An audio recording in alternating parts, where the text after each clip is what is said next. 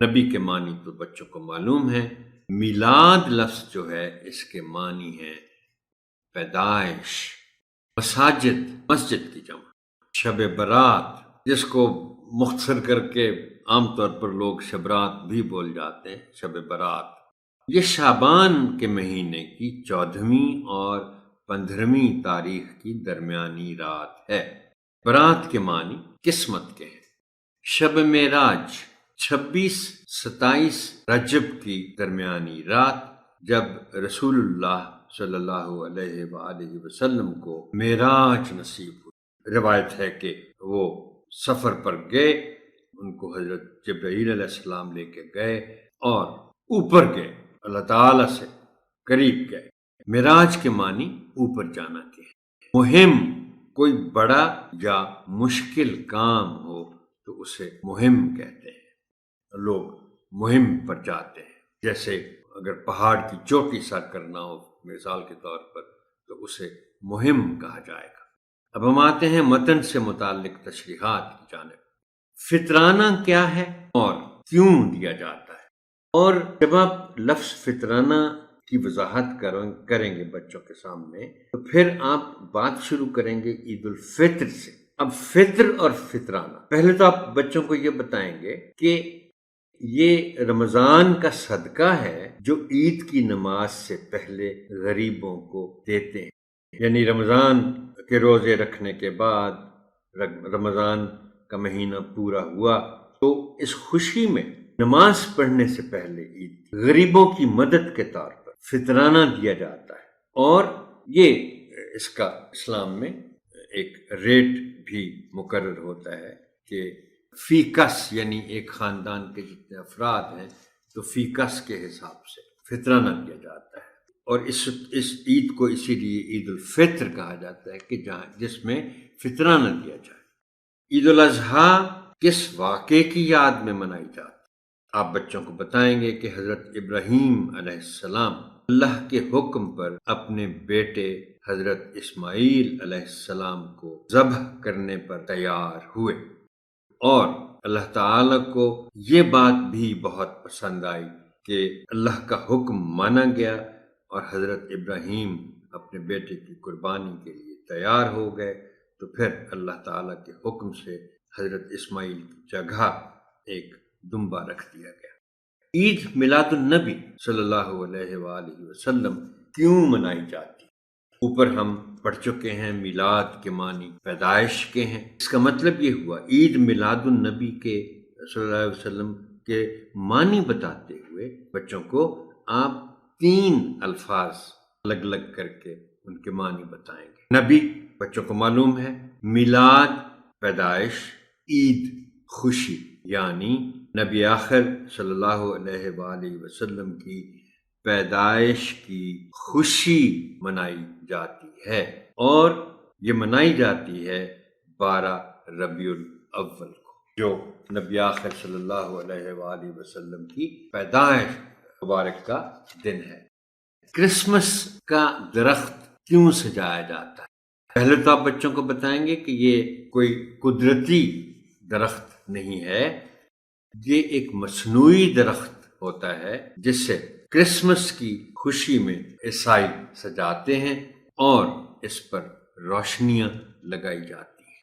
میلہ چراغاں، یہ صوفی شاعر شاہ حسین کے عرس کی تقریبات ہیں جو ان کے مزار واقع باغبان پورہ لاہور میں منائی جاتی ہے، اور اس میں چراغ جلائے جاتے ہیں، اس لیے اسے میلہ چراغاں کہا جاتا ہے۔ ہمیں دفاع، اس کی وضاحت کرتے ہوئے پہلے تو آپ دفاع کے معنی بتائیں گے، یوم کے معنی بتائیں گے۔ یوم کے معنی دن اور دفاع کے معنی اپنی حفاظت۔ 6 ستمبر 1965 کی یاد میں جب ہندوستان نے پاکستان پر حملہ کیا اور پاکستان نے اس جنگ میں ہندوستان کو شکست دی، اور 1965 سے شروع کر کے اس کے اگلے سال سے شروع کر کے ہم اس دن کو یوم دفاع کے طور پر مناتے ہیں۔ اب ہم آتے ہیں سرگرمیوں اور عملی کام کی طرف۔ اب اس میں ایک سرگرمی ہے صفحہ نمبر 31 پر، اور یہ صفحہ نمبر 31 کے بالکل اوپر سرگرمی لفظ کے نیچے دیا گیا ہے، طلبہ سے پوچھیں کہ ان میں سے کوئی کبھی کسی میلے یا عرس پر گیا ہے؟ اگر ہاں تو باقی کلاس کو میلے اور عرس کے بارے میں بتائے۔ بعض اوقات بچے اپنے والدین کے ساتھ جاتے ہیں کسی عرس پر یا کسی میلے پر، ظاہر ہے پہلے آپ بچوں سے پوچھیں گے کہ وہ بچے ہاتھ کھڑا کریں جنہوں نے کبھی کسی میلے یا عرس میں شرکت کی، اسے دیکھنے گئے، تو پھر جو بچے ہاتھ کھڑے کریں، جس کی انگریزی میں کہتے ہیں کہ والنٹیئر کریں، اردو میں رضاکار بچوں کی حوصلہ افزائی کریں، اور پھر ان کو بلائیں آپ پوری کلاس کے سامنے، اور وہ بتائیں باقی بچوں کو کہ انہوں نے کیا دیکھا۔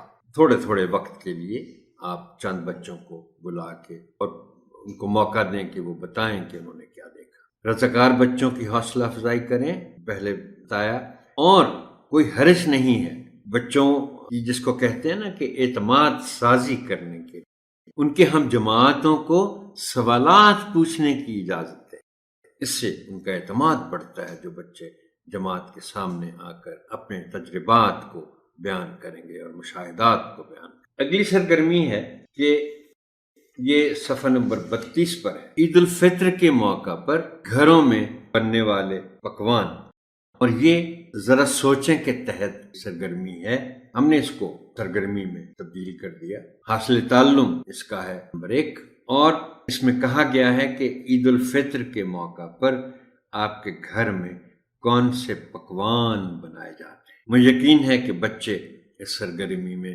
شوق سے حصہ لیں گے اور وہ بتائیں گے باقی بچوں کو کہ ان کے گھر میں کیا کیا بنتا ہے عید الفطر کے موقع پر۔ سوئیوں کا ذکر ہوگا اور مختلف اور پکوانوں کا ذکر ہوگا۔ بچوں کی حوصلہ افزائی کریں اور مختلف پکوانوں کے بارے میں آگاہی دیں۔ محترم ٹیچر، یہ سیشن یہاں تک ہی، آپ کی سماعت کا شکریہ۔ اللہ حافظ ناصر۔